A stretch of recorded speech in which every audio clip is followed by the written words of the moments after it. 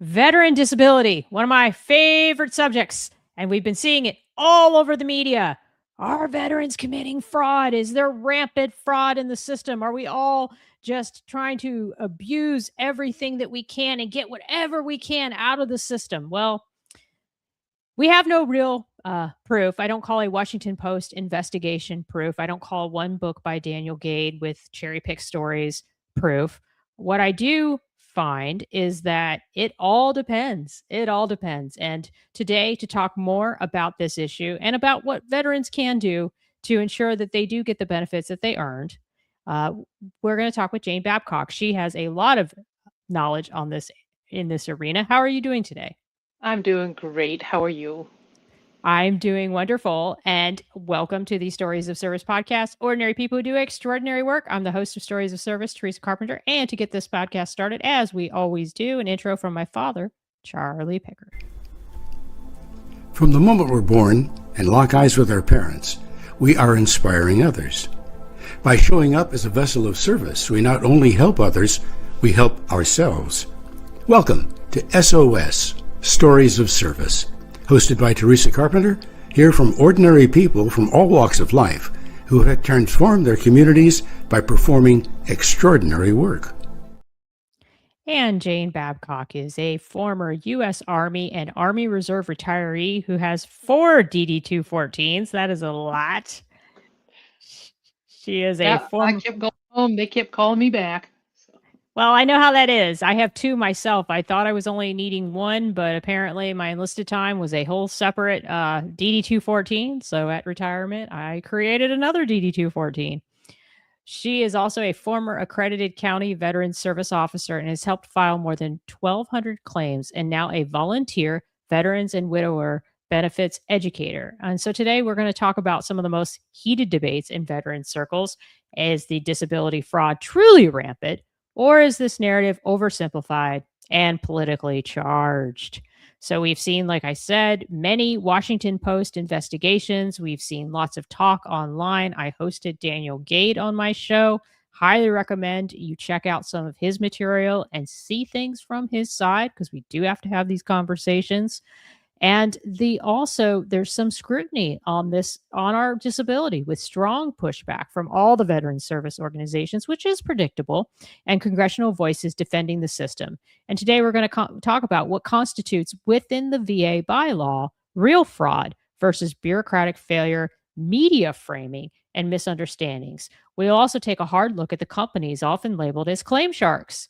Are these people exploiting veterans? Are they filling a gap by offering additional options for help with complex claims? And where is the line between predatory behavior and legitimate assistance, and who gets to decide? And then we will also touch upon the latest VA rule change, which has now been rescinded as of today, I believe, regarding medications and how symptom control can affect disability ratings, and how is this played out in veterans in real time. If a medication manages symptoms, should a disability decrease? And how does the VA distinguish between improvement, stability, and cure? And what does that mean for living with for veterans who are living with chronic conditions long term? Welcome again, Jane. Thank you, Teresa. Glad to be here.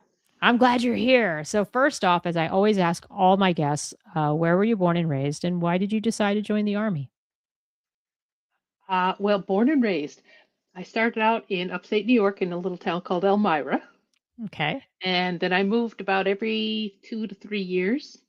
My father worked for Coca-Cola sales, and we did a lot of moving to where they were building new plants and setting up markets. And then on we went to the next place. So one of the most unique places I lived was Hudson, Ohio. We actually saw the National Guard drive through our town on the way to Kent State. So we were 14 miles from the campus. And my dad had to literally lock my sister in the bedroom and nail her bedroom window shut because he was afraid she'd go to campus. Oh gosh, yes, I can relate. I had many nights sneaking out, going to OSU campus from Ohio State University. So I know what it's like to be in those college towns. So, what did you do in the Army? Well, I started out as crypto tech, did a year in the AIT, a year in Korea, and tried to extend. And they said, "Oh, nope, sorry, we've already selected you for another school." And I was like, I didn't ask to go to school. And they said, oh, yeah, we're going to teach you how to install electronics, do all the electrical wiring and the conduit and ductwork and all that stuff. So I did that for 2.5 years, traveling all over the United States, 26 states in that Wow. time.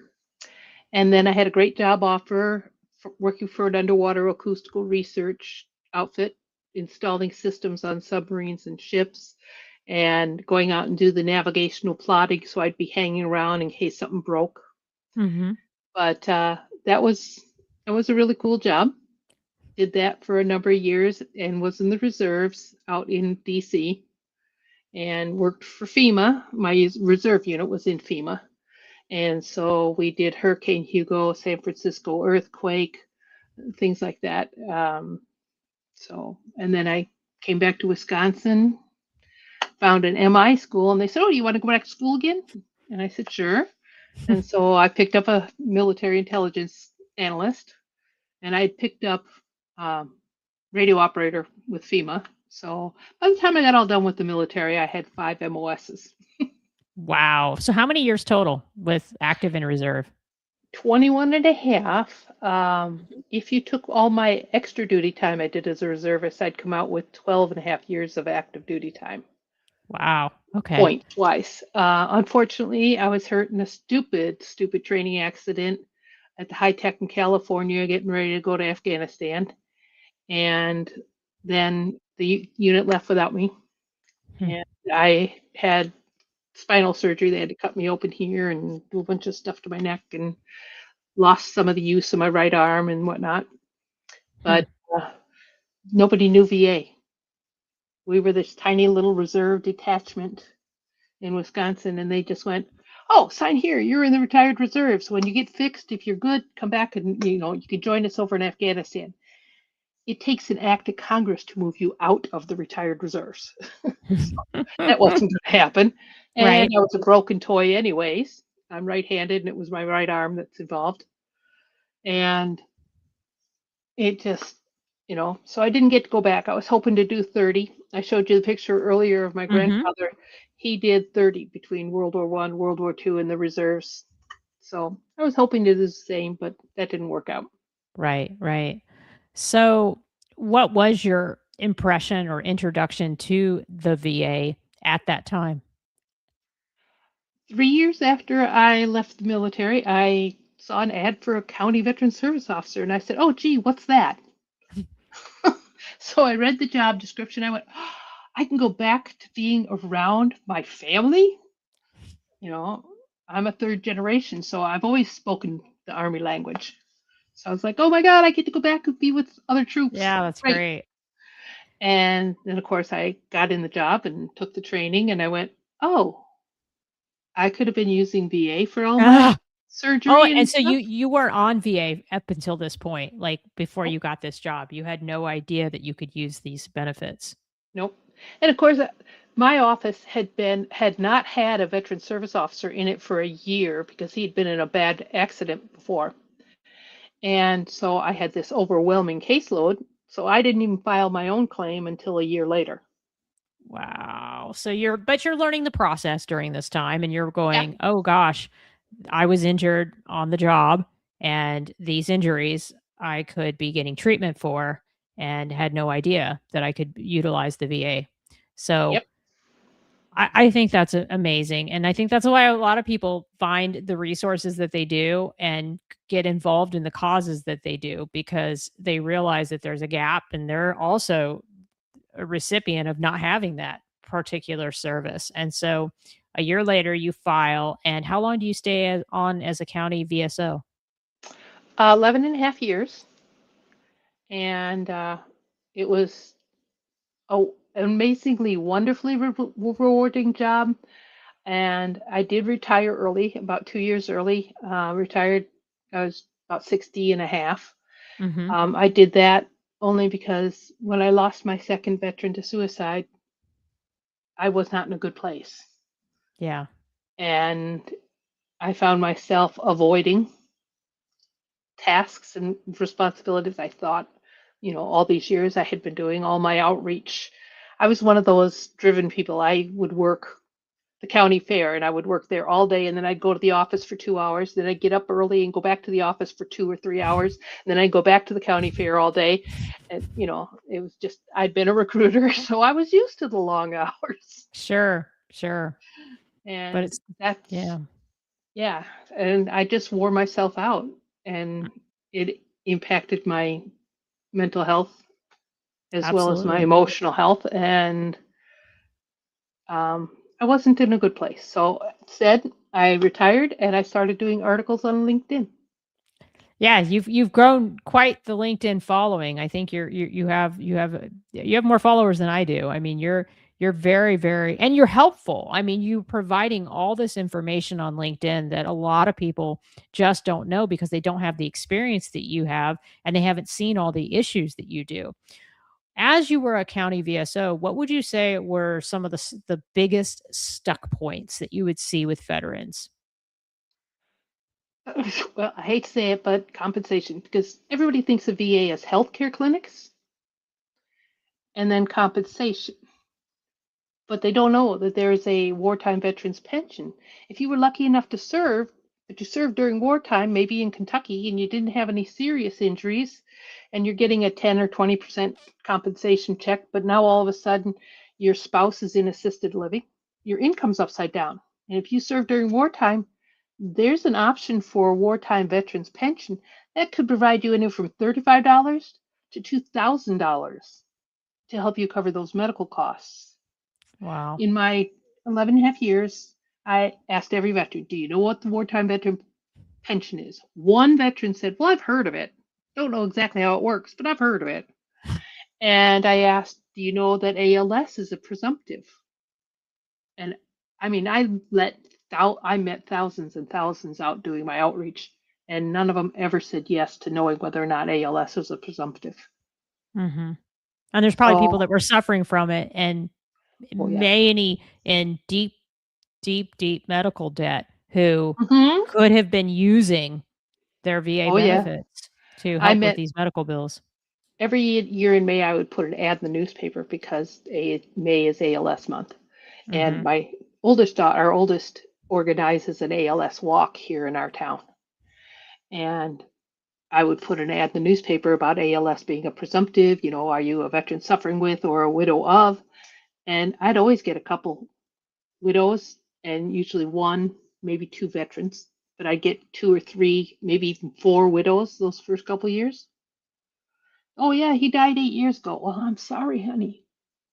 They Yeah. put it on the list the year before, but you guys never heard about it. So I can't get you the last 8 years they owe you, but I can get you from today forward. I can get you that survivor's compensation. Right.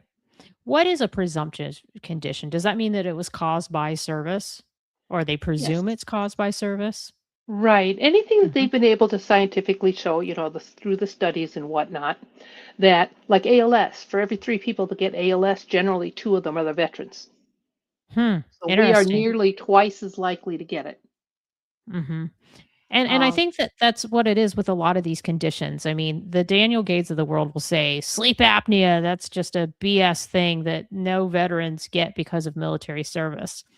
And what I have found as I did some of my research, because for an example, I have Raynaud's syndrome, and Raynaud's can be caused by mhm, typing for long periods. It can be caused by other conditions, other things that happen while you're in service. So mhm. I think with a lot of these conditions, there's no way to definitively say it was your military service that caused it.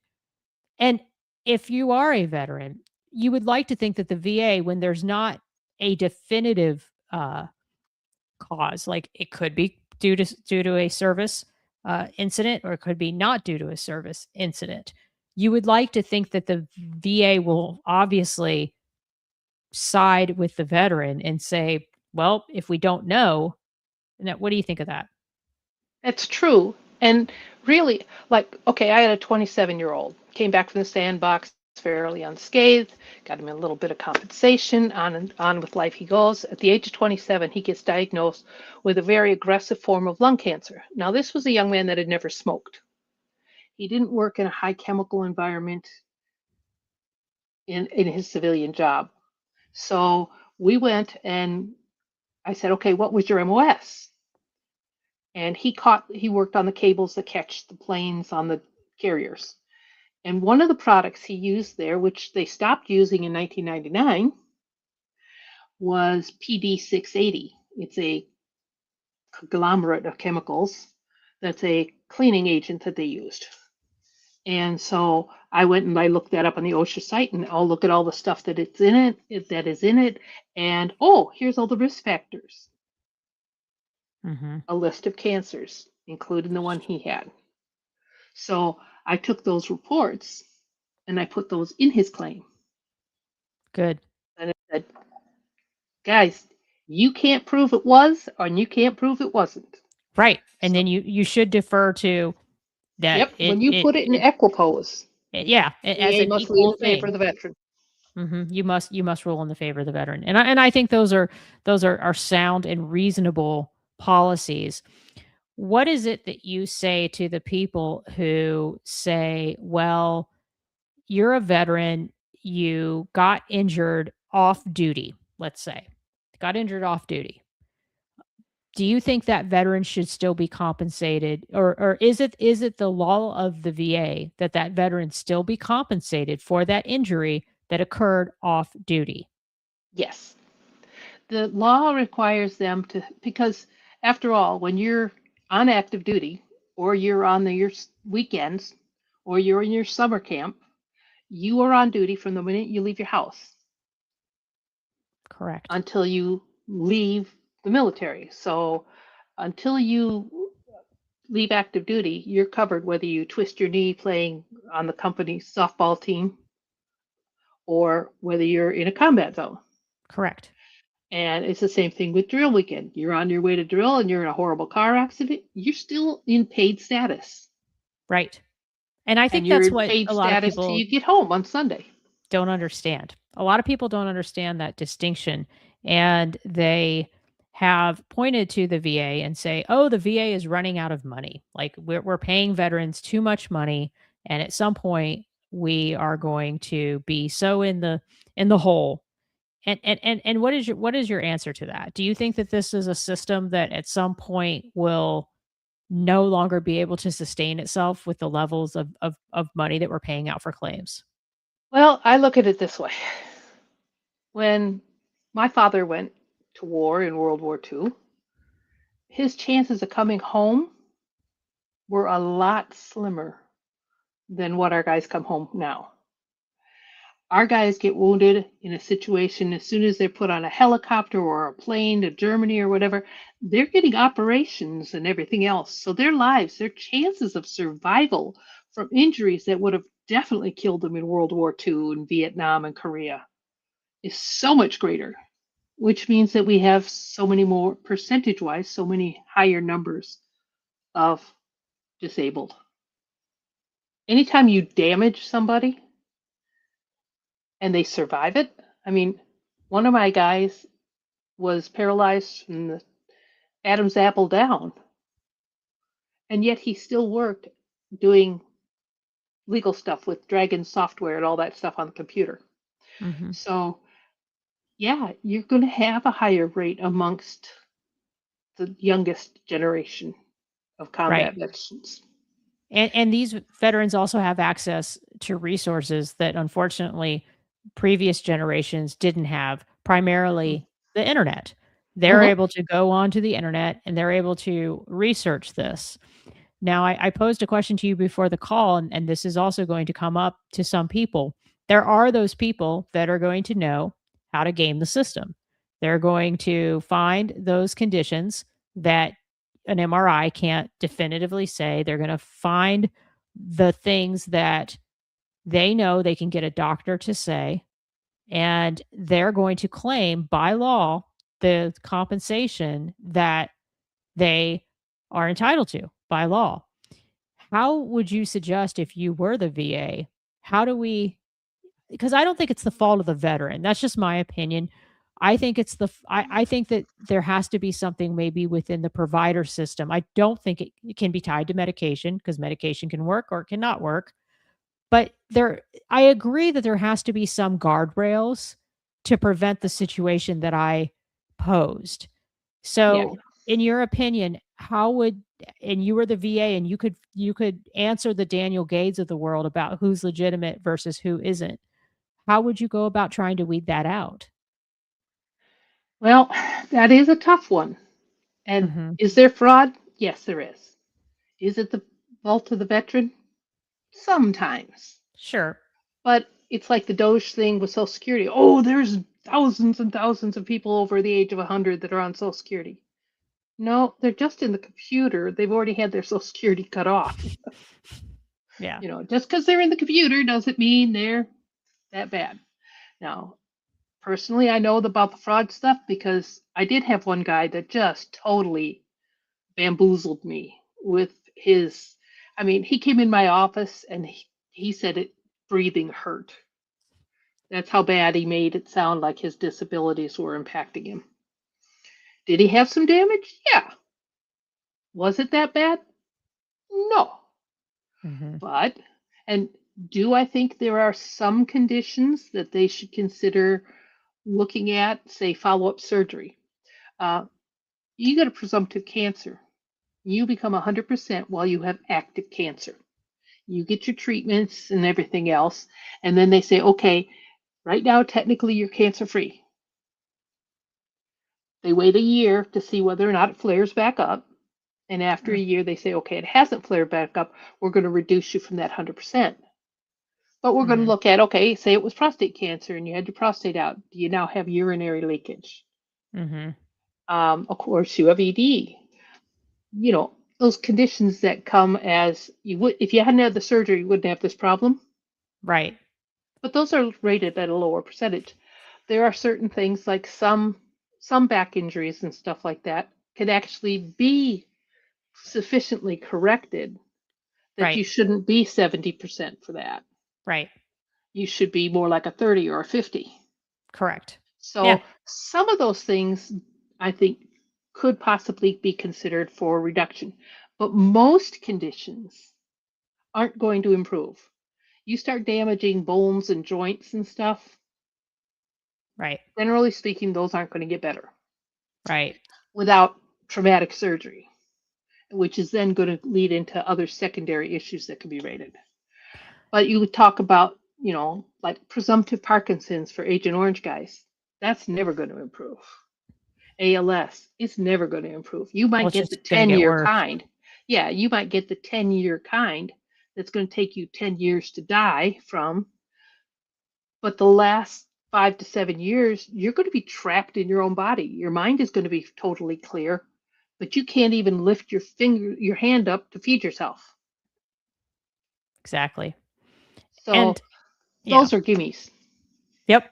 And I think that the other one that people always want to jump to when they talk about this in the fraud space is they always want to talk about mental health. And they want to say that mental health will get better statistically over time. And I think that it's like anything else. It can be managed and Right. and you can have, I think, seasons in your life where your PTSD or your bipolar or your depression or whatever it is you have is stabilized. Mhm. But I wouldn't say it's something. It isn't like a broken leg that heals. Right. I really reject that argument that these things just get better. They don't. They are managed, and Right. they have seasons where they're going well, and then they have seasons where things aren't going well. Yep. And I I've been on and off my mental health meds during certain times of my life because, well, I told you earlier, as a CVSO, I lost 2 of my guys to suicide. And as a recruiter, I just wanted to get in the car and drive and keep driving and never have to come back to this place ever again. And so, sometimes it's that severe and sometimes it's just, you know what? I'm not leaving the house today. right, So sure, it's always there with you. It's a brain chemistry thing going on inside your head. Once your brain learns how to make that chemical imbalance, it knows how to go back to it. absolutely, I agree. So sometimes it's, And got to get in the cave and protect myself. yep, And a lot of us, and this is another thing that nobody seems to want to talk about in the veteran space, but many of us veterans, we grew up in very rough and tumble, bad childhoods, and we love the structure that the military provides. It gives us this sense of purpose, this sense of belonging. And I always think that having a bad childhood is a double edged sword because part of it is, of course, very traumatic and it's hard to adjust to certain situations. But sometimes these kinds of people, because they've dealt with so much adversity, they're some of the strongest people and they're some of the most resilient people. And they're some of the ones that can be the most tested in battle and come out the other side because they've already dealt with this dysfunction. Like I can remember my work centers at many of my jobs, especially being enlisted, were totally dysfunctional and really toxic. But to me, they didn't seem that bad because I had dealt with these kinds of things. I mean, it was normal to me for people to say the things that they were saying to one another or treating me or treating others the way they were treating. And it allowed me to survive that situation where I would see some people who had never been in these kinds of situations would immediately not be able to cope. And I just wasn't that person because people acted crazy around me all the time. I was used to it. So Yeah. Yeah. so That's what made the military easy for me. I moved around a lot. I never lived in one place for 3 years until I was in the military. Mhm. Once I was in the Army, I was actually on the same duty station for over 2.5, almost 3 years. And that was the first time I could say that. Right. I mean, we're constantly like Dixie Banner said, you must have a can-do attitude to be in the military. Absolutely. You must be able to adjust. You must be able to semper gumby, as we always say, adapt and overcome.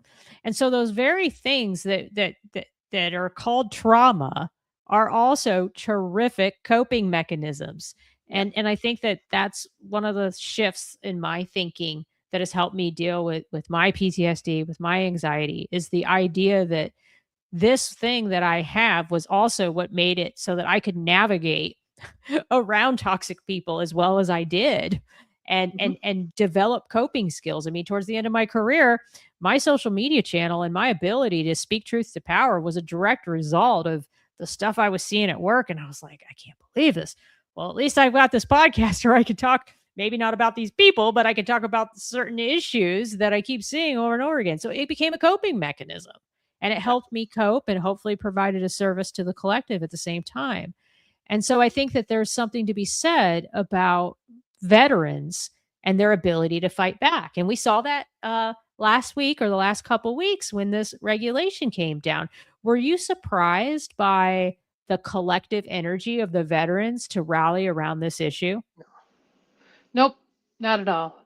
I posted it on the 15th that there was this regulation change about to happen. And remember, Mhm. regulations are just that. They're regulations. They're not laws. So they can be changed by the secretary. Any cabinet secretary can change the regulations inside their department.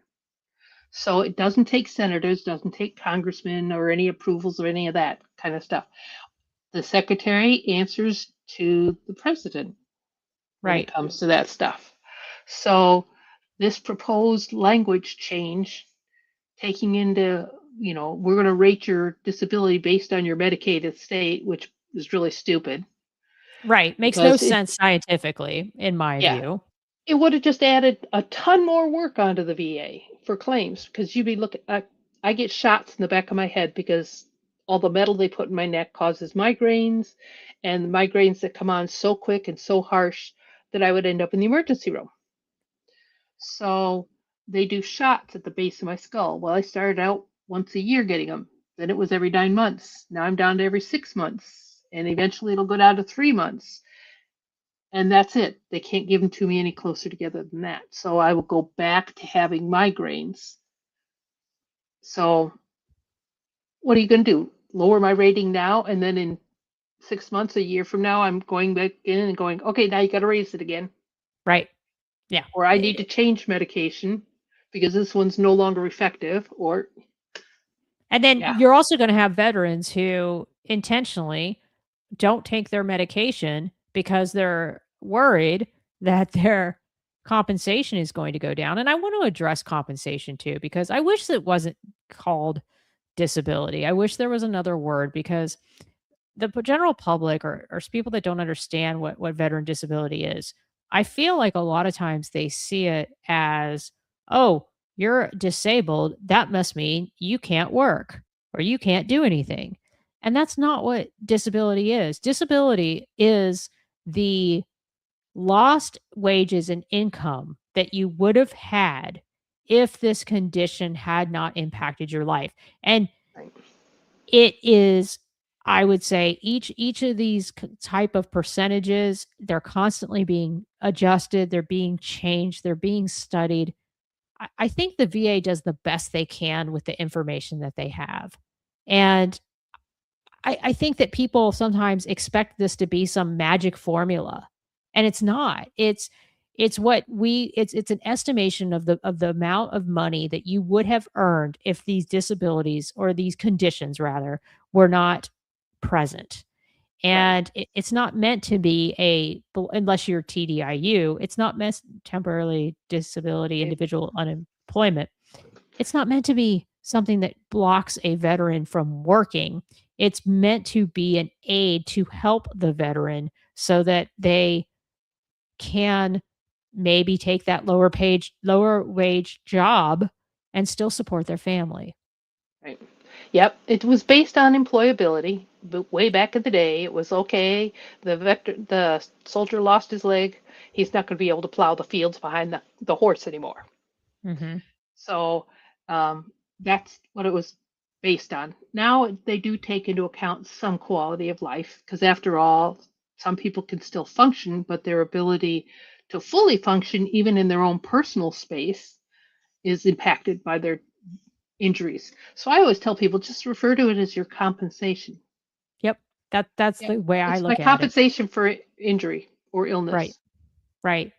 I mean, and Don't, a lot of times yeah, I watch a lot of these special forces podcasts, and I- a lot of them, I think they won't come out and say it, but they feel like there is definitely a divide between the people that got injured in a combat situation. So they lost a limb, or they had a burn accident, or something along those lines. And then others who have had other types of moral injuries, for an example.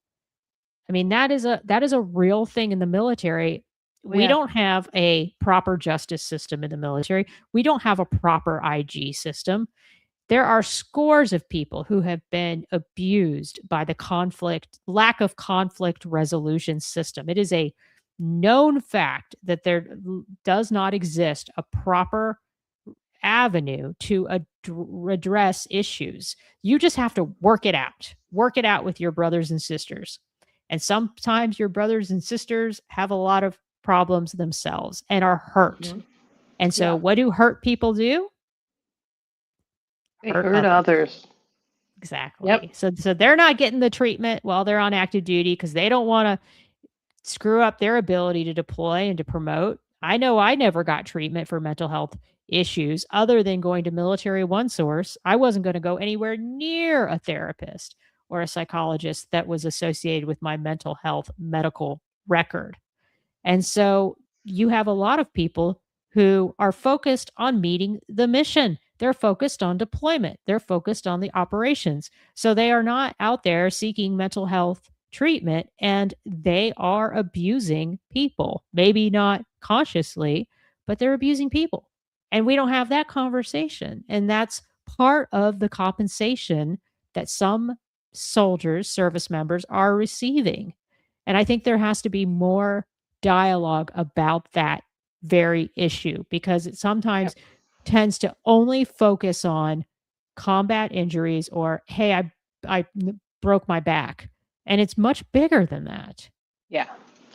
Yeah. I have not been in combat. When Desert Storm kicked off, they took my unit, fragged us, and some of us went to the Pentagon.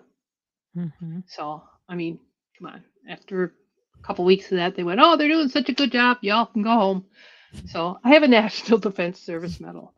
But then at the high tech in California, I wasn't in the combat zone yet, but I was getting ready to go over there. Right. And so, when they start strapping you back together with metal screws and strapping material, Yeah. it's the reality of it. But yeah, you're right. It's not favorable out here in the quote real world, like we used to call it. It's not easy to report an employer for, bad work environment or whatever, or abuse by a boss or something like that. But in the military, if you even try to report it in most instances, Retaliated against. you're going to be the one retaliated on. Totally. And in the They're not civilian gonna- world, you can quit. In the military, Right. you can't walk away. You are stuck. So if you don't want to deal with this abusive person, you have no choice but to deal with this abusive person. You can ask for a transfer, but it's going to take a year or more. And I even then, if you get it, I begged to go to the tool room when I was enlisted and I was getting bullied in my work center. I was an E5 at the time, and I begged my chief. I said, just take me to the tool room, please. I can't work around. And they're like, nope, Teresa or Tara. I went by Teresa still then. You're engine turn qualified. You can run up the auxiliary power units. You're flight deck final checker troubleshooter. No. We need you, and this mission needs you. And ultimately, it was the talk I needed at the time to get through that situation. But yeah, I mean, you have to deal with those things, and it is definitely something that warrants a bigger conversation. And that's why there's people like Walk the Talk Foundation and others who are working on that part of the issue. I hope one day that also extends to even court-martial procedures and other things that are more from a due process perspective. But I do think that the VA has a responsibility to take care of those issues as well, not just the issues that people suffered in combat. And that's not to minimize what happens in combat either. I definitely, obviously, believe that those service members also need to be taken care of. And they have extra benefits too that I learned. I think I was watching a podcast with Dan Crenshaw, and even for his eyes, he got an additional $100,000 because his eyes were damaged. So the VA or the military does also provide for additional benefits for people that are catastrophically injured, correct? Right. Yeah. One of my veterans received over $6,000 a month, and this was more than 10 years ago. Mm-hmm. And he was single. Right. So I think back then it was like $3,100 for 100%. Yeah. So he was getting almost double his 100% rate because of his catastrophic injuries. Exactly. So there's these things called special monthly compensations. Loss of use of a creative organ is what they call it. Right. In other words, those are interesting you're ones. taking PTSD meds that cause ED. Mm-hmm. Well, and those apply to women too, by the way. The special military compensation. I have SMCK because they ended up finally on the third surgery taking out my uterus. Yeah. And I think that's wonderful that they're giving people those benefits. I mean, you guys can see it tonight. I've got my rosacea coming out. I've got lots of little issues and things. And I am very grateful for the VA. I go to the Biloxi VA. Wow. They've been nothing but good to me. I'm moving everything over from TRICARE over to the VA because TRICARE, I got to pay $40 every time I go see a specialist. And it got to a point where I wanted the ability to see a specialist. And if I have to go back a couple times, I don't want a $120 bill. So I've done nothing but use VA since I got my rating. Because like you, TRICARE would have stepped in for me. But at that time I was using my civilian insurance from my job and stuff. And it was just like, they were misdiagnosing me. First time I went into VA, my primary listened to my lungs and said, yeah, I don't think that's asthma. And I was on 2 inhalers and a daily med for exercise asthma. Wow. And they sent me in, they did a whole cardiac workup on me and everything. And they went, okay, you've got an electrical issue because you get these long stretches of PVCs and PACs, and every once in a while you hit a supraventricular tachycardia episode. So we're going to go in and look around for a short in your heart. And while we're in here, we're going to do the dye test. And I actually had 8 blockages. Wow. No wonder I couldn't breathe and I couldn't run and I couldn't. Mm-hmm. For So sure. they put me on a cocktail of meds. And within 3 days, I threw the inhalers out. Hmm.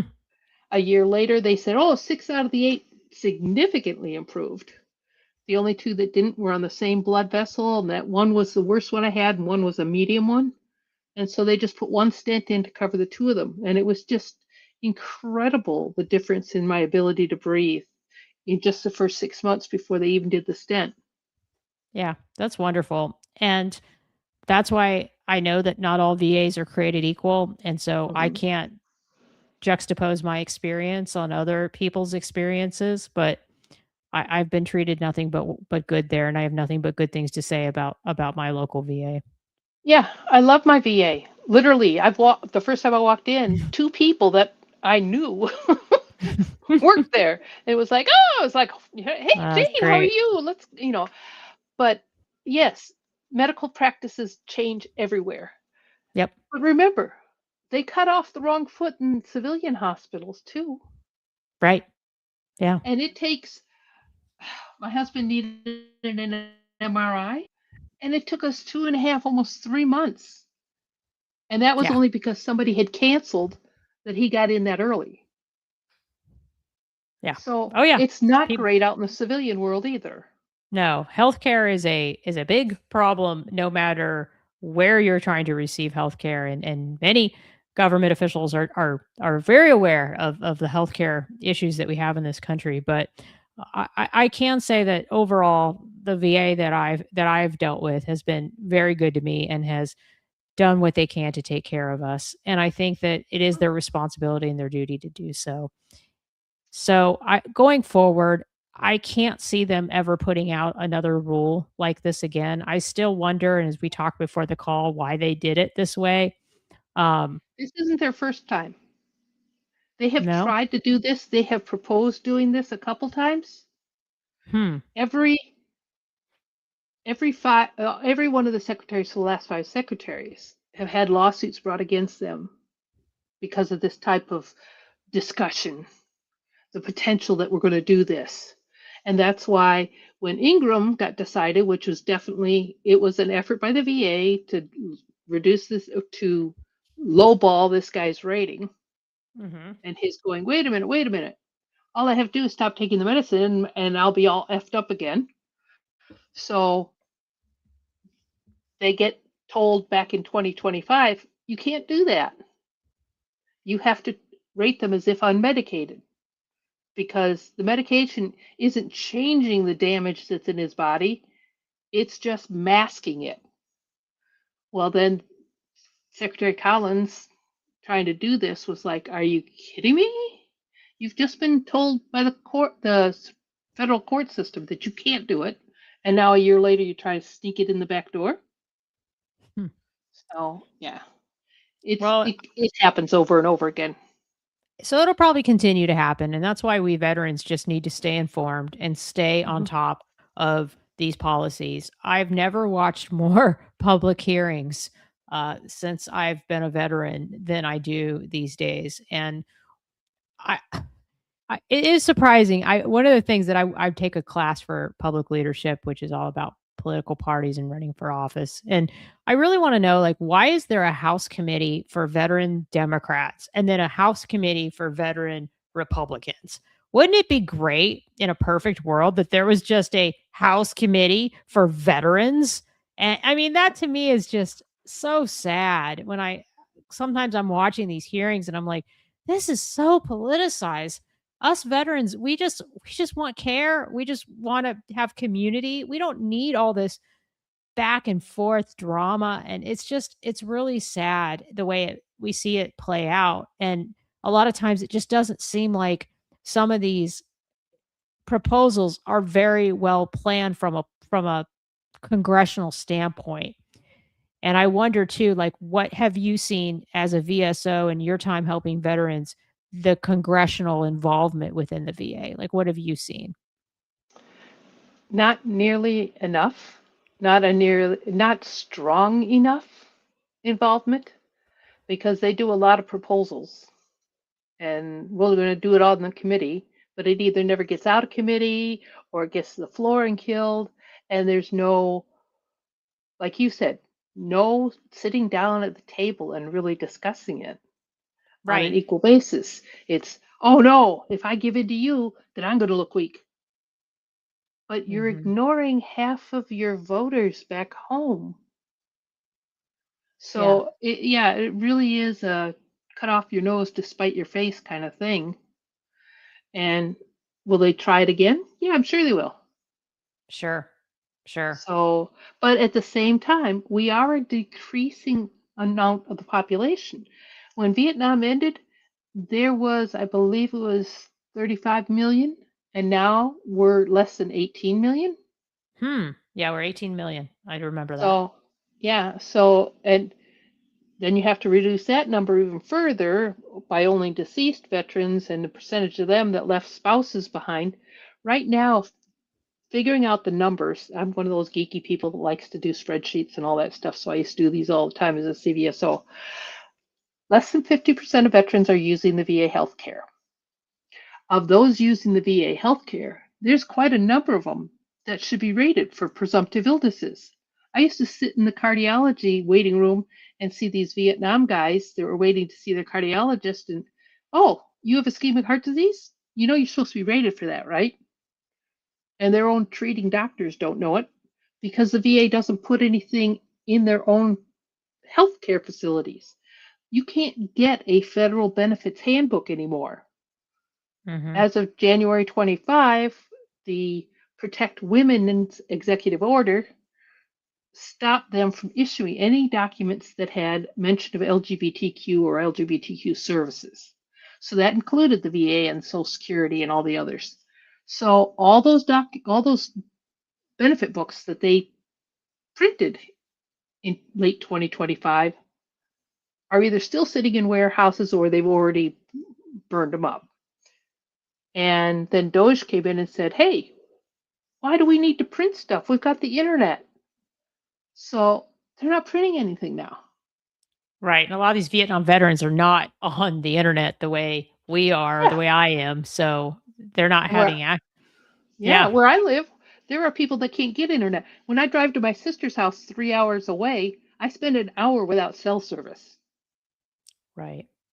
So there's And still a if lot of you're on a underserved low fixed veterans. income, you can't afford the internet, much less the computer and all the other crap that goes with it. And if you know how to use it, but how do you go up and look for VA wartime pension if you don't know it exists?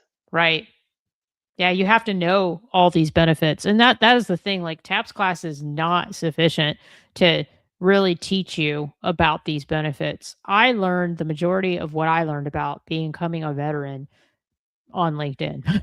I mean, that's really where and having a podcast was and having people like yourself on my show. If I hadn't had that, I wouldn't know what I know. And even with that, I still got blindsided by the survivor benefit plan and by not having a DD 214 from my enlisted time and by not understanding that in the Navy, all my awards had to be uploaded to INSIPs. It didn't matter that it was in my official military personnel file.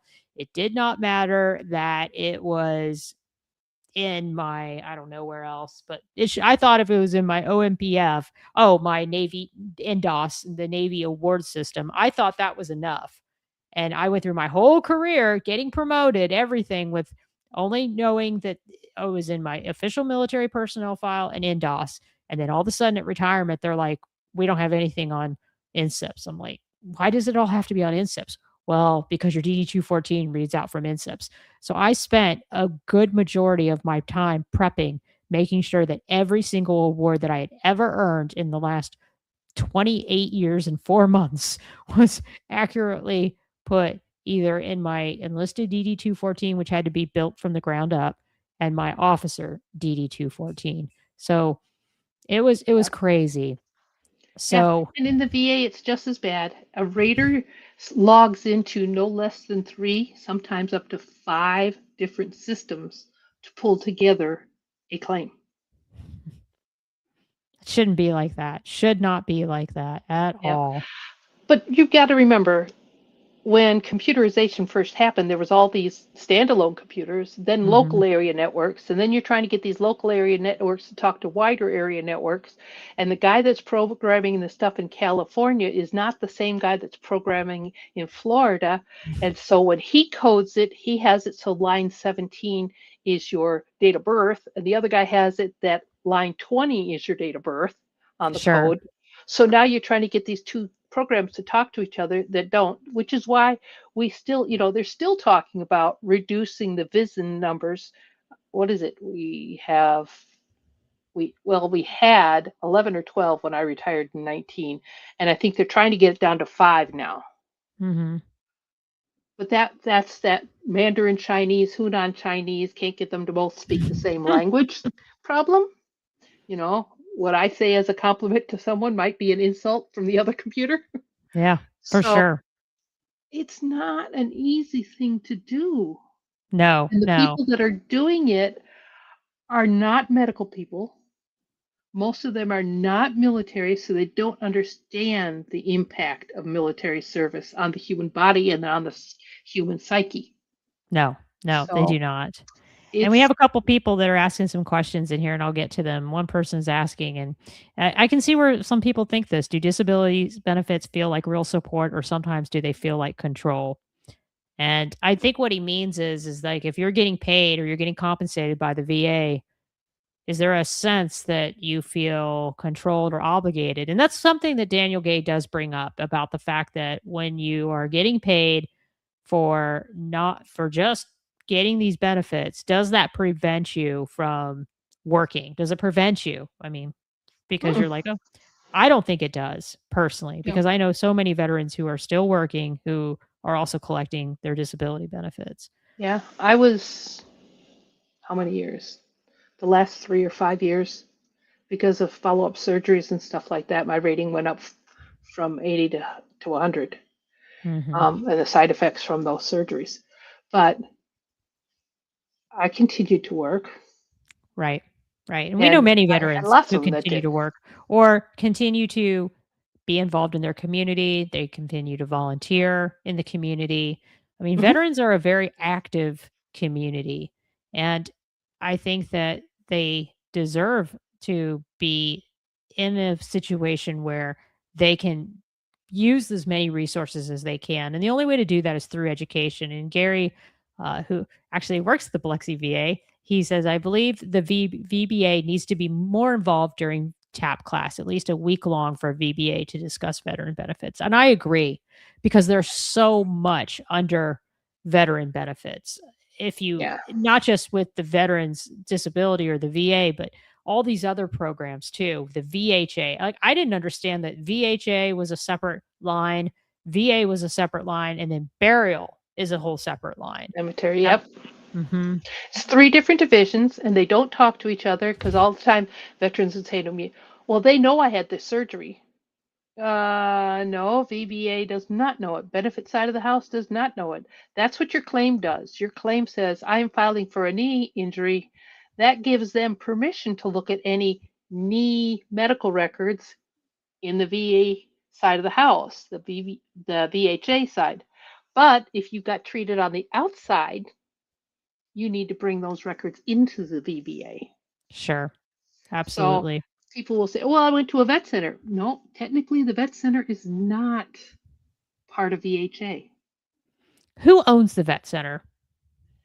It's a hard thing to really describe, in that they are standalone, but they can communicate with VHA if you sign a release. Right. So they can work hand in hand. And if you're, guys who come in and say, well, my wife says I have to file for PTSD because I'm a grumpy son of a gun and I drink too much. Okay, have you ever been to counseling? Have you ever been to a shrink and gotten diagnosed?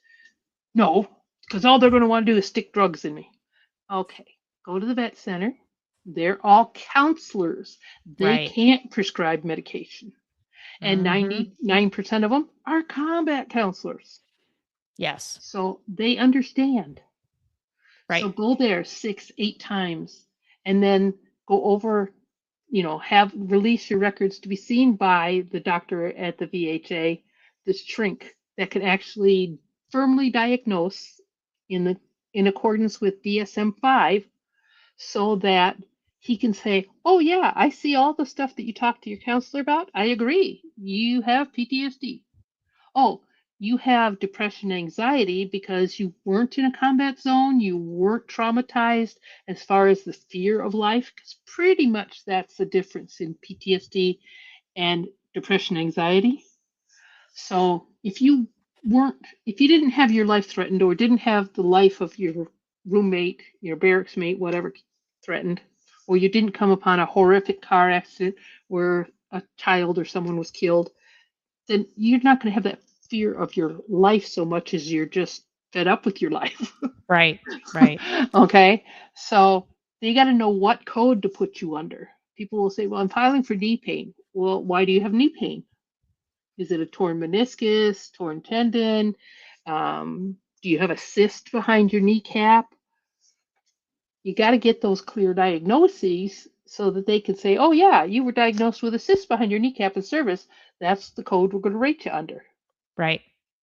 And people have to be very smart, even while they're on active duty, to ensure that when they do receive a diagnosis, they go to a specialist. They don't always just rely on the GP.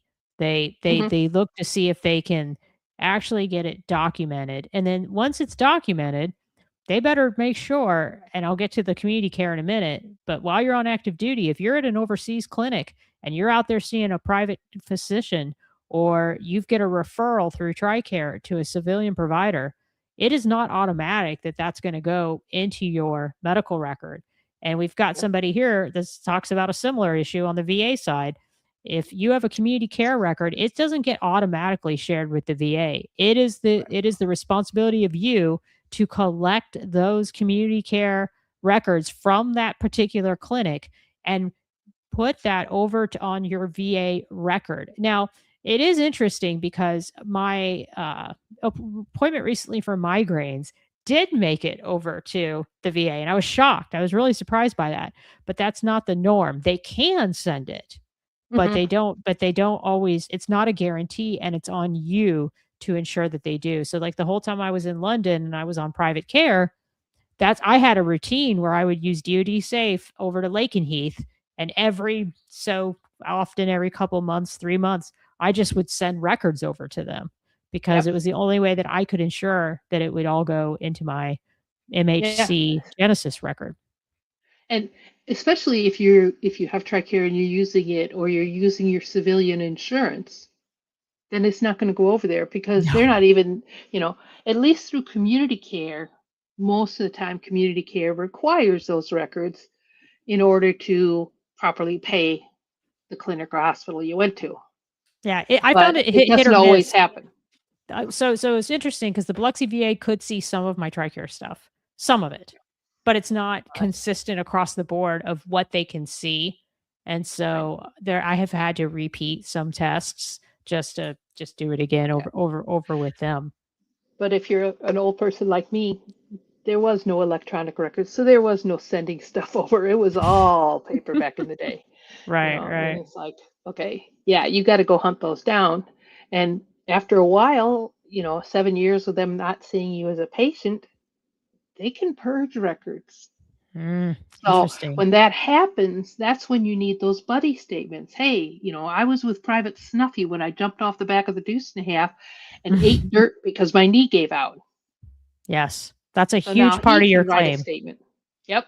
I jumped out of a Humvee. We were doing some blackout driving and jumped out of the Humvee. The driver pulled over. We all bailed out because there was an ambush. It was a stupid field exercise. And he pulled over to the side of the road right next to this big, deep ditch. Oh, God. The two of us that bailed on that side of the vehicle landed in the ditch. Surprise! Landed on the far side, hyperextended both ankles, So when things quieted down, I just took 100-mile-an-hour tape and wrapped it over my socks like an ace bandage. And a Sure. couple days later, I went and got the scissors from the talk and cut my socks off. So I had a witness statement from the driver and a witness statement from the guy in the talk that said, "Oh yeah, her both ankles were a pretty shade of purple." That's So very okay, smart of you to do that. yeah. Absolutely. And I didn't even know about this, but it makes sense. Christopher Sirica says same with contracted healthcare on military bases. Does not always get put in your medical record unless Mhm. you request it. So that is something definitely to keep in mind. I always say, just like your electronic service record, no one's going to care about your record or your paperwork more than you. So Yep. you must be diligent about owning that information and making sure it gets to where it needs to be. But as we wrap up this call, I guess I want to close out with saying, what would be your top 3 things for a veteran to keep in mind when navigating the VA system? Never do it alone. You need an accredited person, an accredited VSO. Not all claims agents out there are sharks. Some of them are pretty liberal in the amount of work they'll do for you. But generally speaking, for presumptive illnesses and for clear cut, yeah, you had a knee surgery in service. Well, obviously, you still have the damage relatable on the outside. It's just getting that outside current diagnosis. So those are real easy claims. Those are not difficult. It's the ones where you need somebody to help you research the chemicals that you were exposed to and what the ingredients are and what they cause. Or the Korean War guy that was shot, the field hospital was overrun, he was stuck in the rubble, and Marines came in and saved him. He had no paperwork showing he'd been shot, much less that he'd had frostbite. But it took me 6 months, but I found one of the Marines and was able to get him to write a buddy statement, a witness statement. That's awesome. So even better, that Marine came up from Ohio, picked up my guy, and took him down to Indiana the next year for a reunion. So he actually got to thank 6 of the guys. Wow. But don't do it alone because VSOs talk with each other. When I got a death certificate, 10-year-old death certificate changed, I wrote up the case notes and put it out on the forum. And I had other VSOs calling me up going, "How exactly did you change that death certificate?" So we used to share that information. So you're not, when you go with a VSO, you're not just talking to one. As a new one, I could get on the forum and go, "Hey, I got this guy," and da da da da da. And they go, "Okay, ask him this, ask him that. If he says yes to this, do this." And so Sure. they You have that help mentor me. resource. You have Yeah. that resource. I love And it. if your VSO suddenly dies, well, you've got others that are there to pick up the slack. Mhm. So Mhm. use a VSO. Accredited. The first thing you should ask is, are you accredited? Because if they're accredited, they had to sign an ethics statement with the VA saying they will not charge, and they can't file frivolous claims, but they will file just about anything, even if Mhm. they think it'll be turned down, because after all, okay, you have something that's not on the presumptive list. Brain cancer. It's not on the Agent Orange list, but it's on the PACT Act for the young guys. Mhm. So they were exposed to the same chemicals. One of my last claims before I retired was a brain cancer Agent Orange guy, and we got him service connected through. I ended up handing him off to a lawyer because I didn't have the same resources she did, but she took it pro bono, and she got a genetic oncologist to Hmm. break down his DNA and say he had no cancer markers. He should never have developed this cancer. It had to be an outside chemical influence. And then he cited studies being done in Australia and New Zealand and all this other stuff that the VA said, yeah, you're right. It's more than a 50-50 that we caused it. Wow. So work with a VSO. Remember, 100% or IU is not the end all be all. There are special monthly compensations that can be added on top. If you are using a skin cream for some kind of skin rash in service and it stains your clothes, there's a clothing allowance. There's all these little things. But if you don't ask a VSO to go over those with you, you're not going to know those are true. And then also consider your surviving family. If you're leaving a spouse or minor children or a disabled adult child who is still dependent on you behind, they're entitled to benefits, whether it's wartime pension, whether it's compensation. They too have other things that get added on top, such as your surviving spouse goes into assisted living. Well, she obviously needs help with her daily tasks of living, so there's another couple $100 that goes on top of her claim. But you got to report it to the VA. Yep. Because they don't know. There's also home care, like care attendant, I want to say, that you can get. And there's even things called VA homes. There's a few of them. There's one in Biloxi, but there are actual homes, like retirement homes. They have limited availability, but they're also available for veterans. Yeah, they're a veteran community where it moves up from, an independent apartment all the way up to assisted living to nursing home.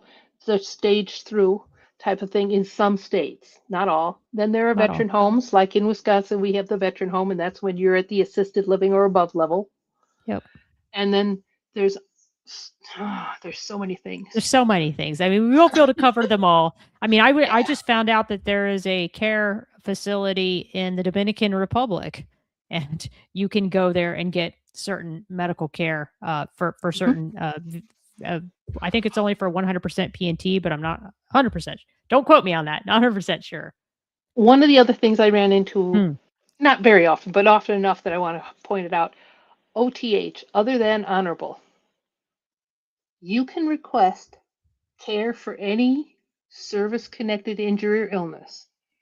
Say you had flat feet by the time you left service, and it's in your service records. You can get treatment for it, but you can't get the whole healthcare system, and you can't get compensation unless VA adjudicates your discharge. One of my guys was discharged from the Marines totally outside of regulation.